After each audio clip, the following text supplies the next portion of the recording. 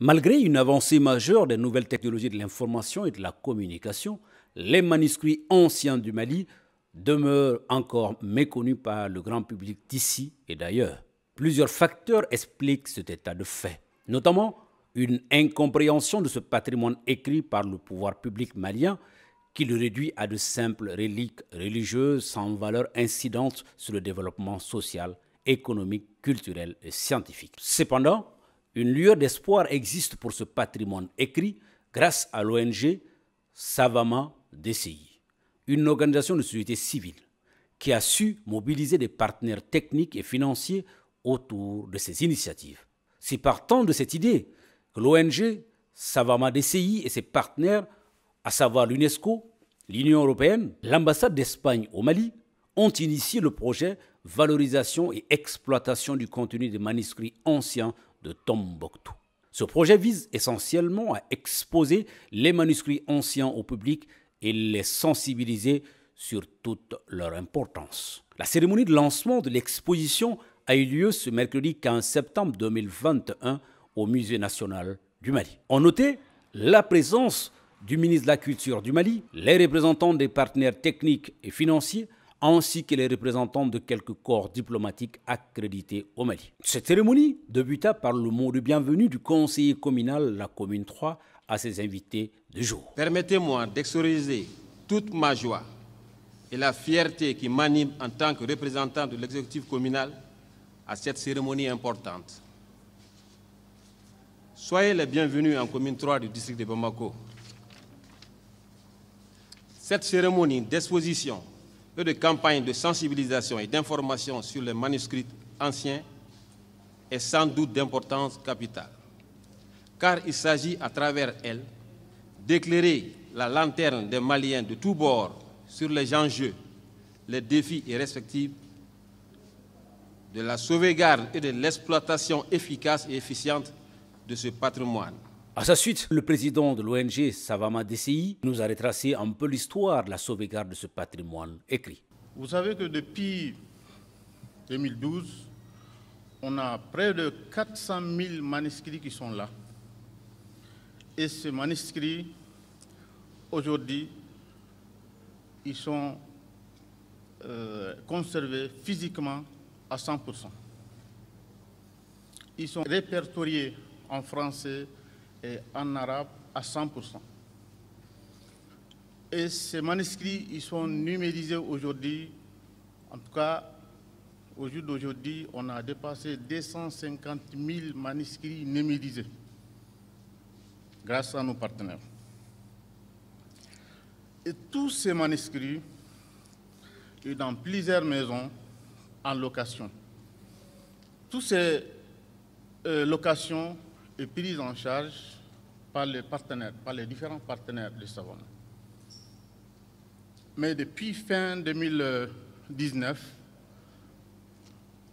on est avec le ministère de la Culture qui nous a pris en charge de début de 2021 jusqu'à aujourd'hui.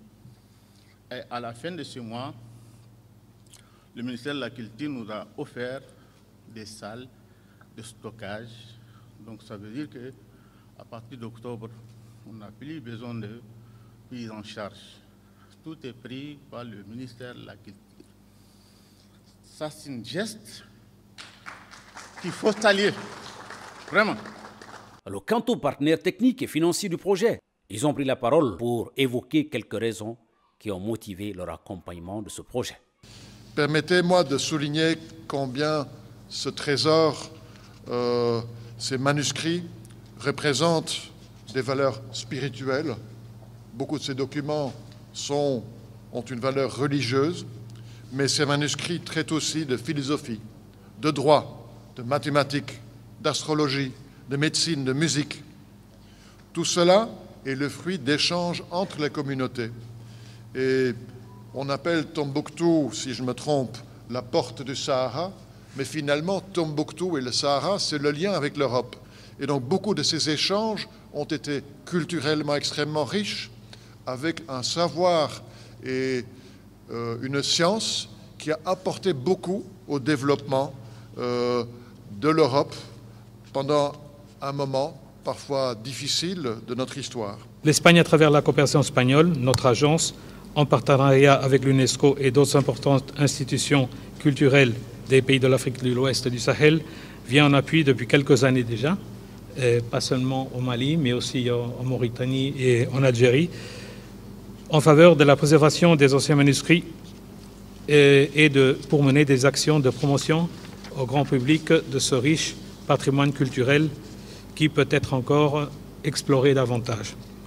Nous tenons à saluer de cette importante exposition, la tenue de cette importante exposition, car elle va en ligne droite avec la nécessité de favoriser la recherche scientifique autour des manuscrits et de mener des actions de sensibilisation autour des manuscrits à tous les citoyens du pays et de ces régions.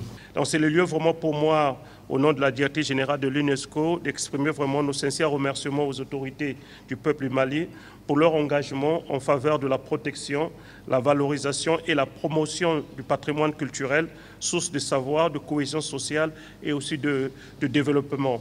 Je tenais même à ajouter, comme l'a évoqué non seulement donc, son Excellence ambassadeur de l'Union européenne et aussi le représentant de l'ambassadeur d'Espagne, le rôle aussi que ces manuscrits ont joué dans le dialogue des civilisations, dans le dialogue entre le Nord et le Sud, et aussi à travers même, je dirais, leur implication à travers donc l'Europe pour atteindre même la route de la soie.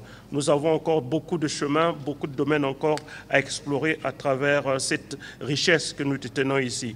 Enfin, au ministre de la Culture du Mali d'exprimer toute sa gratitude aux partenaires pour leur accompagnement et soutien avant de déclarer ouvertes les activités de cette exposition.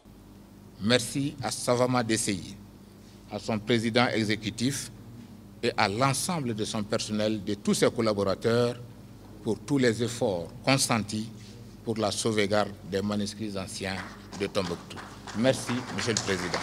L'exposition que nous allons bientôt découvrir met en exergue l'ensemble des efforts des hommes et des femmes pour sauvegarder, valoriser et promouvoir ces manuscrits anciens. La finalité de ce processus est l'exploitation de ce patrimoine écrit qui renferme des trésors. En souhaitant à tous et à toutes une bonne visite, je déclare ouverte l'exposition campagne et sensibilisation autour des manuscrits. Je vous remercie de votre attention.